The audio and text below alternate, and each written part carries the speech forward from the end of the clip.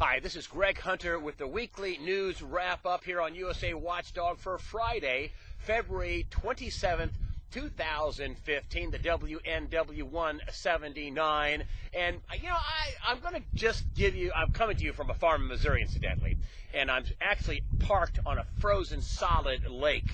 And if we have any more of this global warming, climate change, it's just going to be about killing us all. But more about that in just a minute. But I want to kind of start off. My top story is this drama with Benjamin Netanyahu, the Prime Minister of Israel, coming to the United States to talk to Congress about and warning about not making a bad deal with Iran on curtailing its nuclear program. This has been going on for years. I've been talking about this for years. And basically what they've gotten done in these meetings with the U.S., China, Russia, Great Britain, and France, in these meetings, of course, the U.S., they've got nothing done. They sit down at a table and they meet and then they adjourn and they make another date, and this has been going on for years. And the reason why I think there's a big drama surrounding Benjamin Netanyahu's speech to Congress is because, John Kerry, who was grilled in Congress, okay, there he is, grilled in Congress right here, grilled, not going well. The talks, according to some lawmakers, Republican lawmakers, not going well at all.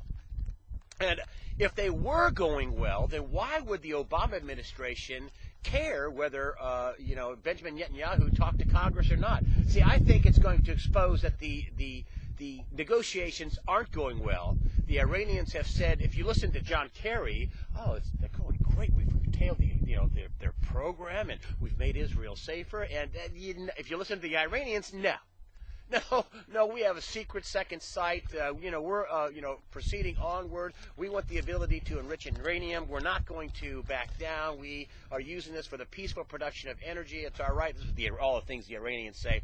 And I say that the reason why there's so much drama is because it's going badly for the Obama administration. Otherwise, what do they care? And then you have this drama with, the Democrats trying to rally around the president saying, well, they're going to boycott the meeting. Really? Jewish people in America typically give way more to Democratic candidates than Republican candidates. Really? You're going to boycott that? You don't want to hear what Benjamin Netanyahu has to say? Who says he is threatened by Iran's nuclear program, even though Iran says it's for the peaceful production of energy? And, I think we're going to get some kind of resolution to this deal one way or another, and likely this year.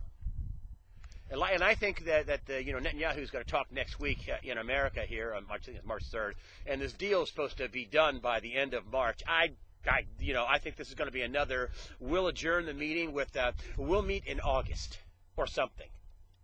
It's just not going well at all. Another week has gone by, and another NATO general is warning about, a conflict with NATO against Russia. The things there, they say, are getting worse. They had this peace deal, which lasted, I think, 5 minutes. I'm sorry I was right that it wouldn't last, but it did not last. And so another warning from another NATO general, John Brown, who came on at the beginning of the week, was quick to point out that I said, what do you think they're doing? He said, they were given the go-ahead. Politically speaking, they were given the go-ahead by their overseers to give a warning, which seems to me that we are headed for at least a regional conflict, in the Eastern European arena. And that to go along with the brewing conflict that the Obama administration is going after ISIS. Supposedly, they're training up to 25,000 troops. Remember that a U.S. general said they needed 80,000 hardened, seasoned, good fighters to go after the Islamic State. Now, they are sending in, U.S. military aircraft and fighter wings into Kuwait, getting ready for this assault that's supposed to happen this spring. But they're going to do this with 25,000. They're training these guys, and there's all these limits on how they're going to go after the Islamic State. And at the very least, the U.S. and Saudi Arabia, in part, funded these folks. And then the Obama administration allowed this to grow, which makes things, and you know what the sad thing about all the propaganda coming out of the East and out of Iran and all the different types of charges thrown at America, that America has lost its credibility. Some of these charges likely are true. And some of them are likely total propaganda. But the sad thing is most people believe the charges because America has lost its high ground. America has lost its credibility in the world. I don't know what it's going to take to get that back. That's the sad thing about people throwing around charges around America. I'm always trying to discern, what's real, what came from Iran, what came from us, what are we saying? Is that true? What are they saying? Is that true? I mean, everybody's got a dog in the fight, especially that, the U.S. government can put out propaganda. It was made legal that the U.S. government can do that a few years back. So who knows what to believe? I believe that wider war is coming to the world. That's for sure. I believe wider war is coming to the world. One thing's for sure, also for sure, Janet Yellen totally against, this is in the USA Today, Janet Yellen totally against any kind of a Fed audit. Absolutely, positively no oversight is needed. I mean, the Fed independence. This is, Yellen defends tactics in a testy House hearing. They're not going to audit the Federal Reserve. They don't have enough votes. Even if they had enough votes to audit the Federal Reserve, Obama would, he appointed Yellen, so Obama would veto any kind of, legislation to audit the Federal Reserve in any way, shape, or form. And here's something that, they had a meeting with the White House, the Treasury Secretary, and the Federal Reserve. And somebody in Congress, they were grilling Yellen, in Congress, saying, "Hey, we'd like to have those meetings released." That wouldn't be appropriate. I mean, these are subcontractors. The Federal Reserve is not federal. They are private bankers, subcontractors of our monetary policy. And, that would be, for us to talk, about what we're doing with the Treasury and with the White House, behind closed, wouldn't be appropriate. Simply outrageous. Here's when we're going to audit the Federal Reserve, when the whole thing blows sky high. That's when, and that's only when, we are going to audit the Federal Reserve, when this whole thing blows sky high. And I'm looking for another story here that must have fell down. USA Today, sorry, it's just so cold that I'm just losing my place there. USA Today had a story where they had 70 deaths of people that were killed with, inclement weather and heart attacks and cold weather, record snowfall across much of the East Coast. This is the first time that I have driven from North Carolina to central Missouri and found out that, oh my gosh, there is, there is snow from one half of the country to the other half, snow all the way, as you can see, this frozen lake.